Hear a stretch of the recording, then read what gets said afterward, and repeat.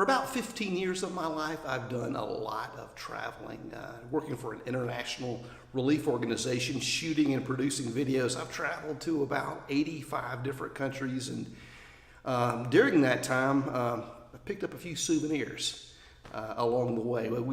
The travels have been to some bizarre areas. One of the areas that I've been to that I've picked up some interesting souvenirs is, and I've been to this area 5 different times, is North Korea. I got this particular hat in North Korea. This is a wolf hat made of wolf fur. You know, it gets pretty cold in North Korea. And I remember also in North Korea there were things like a lot of artwork, really nice embroidery type artwork that were for sale. A lot of it at the international airport in Pyongyang. Been across North Korea from side to side on the trips, traveled out into the countryside, and to tell you the truth, I've enjoyed my time there in country. It's been a good place to travel to and document the relief work that was done in that particular area. But North Korea was great. It was an interesting place to travel amongst some of the places. Another place that I've been a number of times, I think I've probably been to China about 10 different times. China is one of the best places to shop in my estimation. Beijing, Shanghai, lots of markets there, and you can, if you're good at haggling, you can get some great deals and some interesting items. This is one of my favorite items that I picked up while cleaning out the garage. It's I guess a traditional Chinese umbrella. It looks like it's made of a wood product. Pretty nice. I don't know if it would ever have been used. It was probably actually just used on an ornamental basis, maybe just to sell to tourists. But it's pretty nice. You see the birds. And but I've had this on display. A lot of these items will end up, you know, I'll return from a trip, and I will put them in a location around the house that I think is a great location. And sure enough, Kate may decided that it's better in the garage or in the attic. But these are the items that, for the most part, have actually been on display inside our house. This is another item that I really like. This was traveling, doing relief work and shooting videos in Albania during the war and the conflict in Kosovo, when there were so many refugees in the area. In Tirana, Albania, I got this copper dish. Really neat stuff. This dish. It looks like it appears to be all copper. Just a good place to maybe keep, you know, knickknacks, jewelry. But it's just a kind of a priceless item. I think it's handmade. But look how ornate that is. A really neat item. Tirana, Albania is where I picked that up. Gosh, while in South America, I've been to South America a number of times. One of the places that I've been to in South America is Argentina. And they drink a lot of tea in Argentina, and they drink it oftentimes out of gourds like this one. And you see, it's a gourd, and it's also got a little sipper area right here in the top where you can sip your drink. And this is what you sip mat tea out of a gourd like this. These are fairly common, and if I remember correctly, and it's been a while since I've been in Argentina, but you know, oftentimes probably the middle of the day, you might take a little break, a little tea break, and you might drink out of a gourd like this. Sip out of it, make your tea. Pretty neat item, kind of neat. Let's see, Vietnam. Been to Vietnam a number of times. One of my favorite places to travel, going to Vietnam. The great thing about Vietnam is you can go to a hotel, and you know, it might be a hotel that might be a 5-star hotel in the States. It might cost just a fraction of what you pay in the States at a hotel in Hanoi or Ho Chi Minh. The culture there is just, you know, outside on the streets, the streets are filled with mopeds, bicycles. Every year there are more and more cars that migrate into the scene, but it's just the culture there is great. The people are nice. hotels, and just tourism in there is inexpensive. And Vietnam is one of my favorite places to travel to. I've worked on a number of videos in Vietnam, documenting work with tribal communities and the relief work that has been done with them. And anyway, great place to travel, great place to stay. The hospitality is great there. But one of the things that I picked up in Vietnam, and there are plenty of things, this is it's cinnamon wood. And what it is, it's a cinnamon wood toothpick holder. You open this up and see the toothpicks. And these toothpicks are actually bamboo toothpicks. Pretty neat stuff. These bamboo toothpicks actually work really well. And I didn't even realize that cinnamon there's a tree, a cinnamon tree. And that's what this is made out of, a cinnamon tree. You smell it, you smell the cinnamon. Pretty neat stuff. Cinnamon toothpick holder from Vietnam. Let's see. Also from Vietnam, a lot of places that you can pick up some relics on the streets. This is a lot of rice is grown in Vietnam, and this is a rice cutter. What you do is you place your hand around the cutter like this. If you were a rice farmer in Vietnam, so you've got your hand on the cutter. See the blade here? There's a blade. No, it's actually right here. And what you would do is you would shear the rice as you're harvesting it with this rice cutter. Pretty neat item. Old wood. These were probably made and used by oftentimes Thai tribes in Vietnam.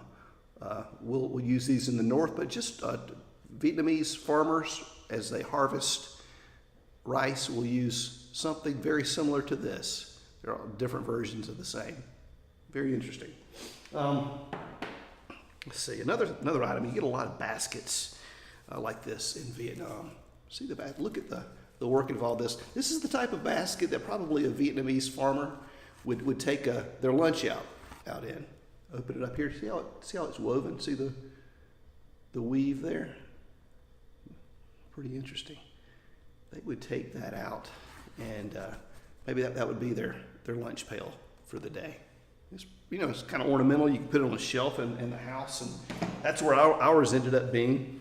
I ended up having a lot of souvenirs that I've gotten over the years from Africa, from all parts of Africa, from a lot of it's from Kenya, from this area. Tanzania is a big area that's big on souvenirs. A lot of handmade items, woodworking from Kenya and Tanzania. A lot also from South Africa. But I've been down into Zambia and those areas too, where you can find much of the same. Congo. So it's a lot of wooden items as well as soapstone. This is one item that I've gotten, and I'm pretty sure that I've gotten this from Africa, probably from Kenya. What it is a handmade soapstone display, and you look at all the little elephants. It's possible that I could have gotten this from Thailand, because you also see a lot of soapstone in Thailand and Bangkok and up into Chiang Mai and Chiang Rai. But this is a pretty neat display here. Just look at the work involved with that. Can you imagine making something like that with your hands? Really neat stuff. This soapstone, they'll brush it with a brush, and they'll polish it up. They'll carve it out. I've seen them doing this on the streets. It's amazing stuff. This is one of my favorite items. Soapstone elephant display. One of the items that you commonly will see in Kenya is a gourd like this. The Masai tribe, these are gourds that they use, and what the Masai typically do, the Masai love their animals. They love especially cattle, and the cattle are it's a staple of their diet.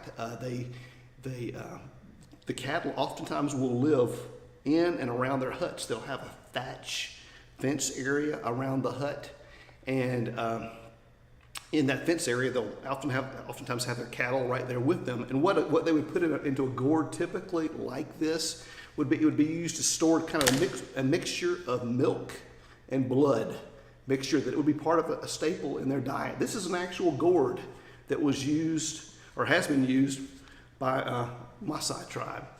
Got a little hand sling for it. Got some bead work there too. Very interesting. Maasai gourd. Let's see. What else do we have? Another item from Africa that's a soapstone item is this rhino. This particular rhino, I got at the end of a trip. Look at the work there. It's pretty heavy. I had traveled for about 2 weeks in Africa, and I had an old pair of tennis shoes, and the tennis shoes were just about to fall apart. They were split almost in half. In fact, I had duct taped them together by one of the shoes. It was just falling apart. On my last day of the trip, didn't have any money left with me, or very little money for the return trip. But at a roadside stand, one of the craftsmen liked my shoes, despite the fact that I had they were duct taped up, and he offered me this soapstone rhino, and in exchange for my tennis shoes. So I took them off and gave them to him, and I think I fared pretty well on that one. Soapstone rhino.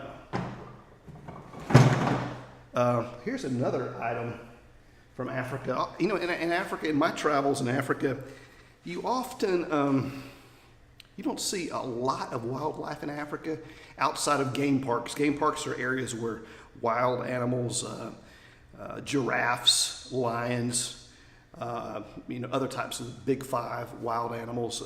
They're in these game parks, and there usually is a big. They're contained within the game park, so the animals don't actually run wild. There have been times that I have seen a few animals in the wild. I've seen zebras. I've seen groups of baboons in the wild in Africa. Probably most oftentimes in places that I've traveled in Kenya, maybe in Uganda. And another animal that I've seen in the wild a good bit are ostrich. And one thing that I brought back on several trips is ostrich eggs. These eggs are really hard, and sometimes they're decorated. And what we have done is I've got this bamboo ring. It's made out of bamboo leaves. I'll set the ostrich egg. We've set that atop the bamboo and put it on a shelf. I mean, these eggs are neat. They're just the size of it. Make a lot of scrambled and fried eggs with that particular egg. That'd be a meal for quite a large family. Neat stuff. Ostrich eggs. Let's see here what else we have from Africa. This is a stool. The men usually use these stools in Africa. What they'll do is they'll either sit on the stools, kind of resting in the shade, oftentimes as they're watching the women work. Women are hard workers all over the world. But the men oftentimes will sit and watch work or sit and relax. And they'll either sit on a stool like this, or they'll lie down and they'll place the stool behind their head like this to relax. But it's a pretty useful little stool, headrest, neat stuff. A couple of other neat items from Africa. I mean, the work that's involved in something like this. Look at this. Lion, looks like he's going after a warthog. But the quality with this, I don't know if this is ebony or teak. A lot of ebony and teak and rosewood. Not sure what this is, but can you imagine carving something like this? I don't know what I paid for something like this. I might have paid $25 or so. But man, you think it'd be much more valuable than that one solid piece of wood. Amazing. Let's see what else we've got here. Another similar teak type product. I guess it's teak. It could be ebony. But look, another solid piece of wood. Look at the deer or the antelope just on one solid piece of wood. Just a few more items here. Interesting items. I think I was down in Zambia when I picked up this. This is a bone type bracelet. You know, it could be from an elephant. I don't know. It's some sort of bone. It could be ivory. I don't know. But the ladies that I got these from are, they were definitely lived in a hut, and it was a very primitive area in a very remote part of Zambia. I may have paid a couple of dollars to these ladies for these bracelets. Got two of them. I gave one of them to my niece, and I've still got one. But it's the real deal.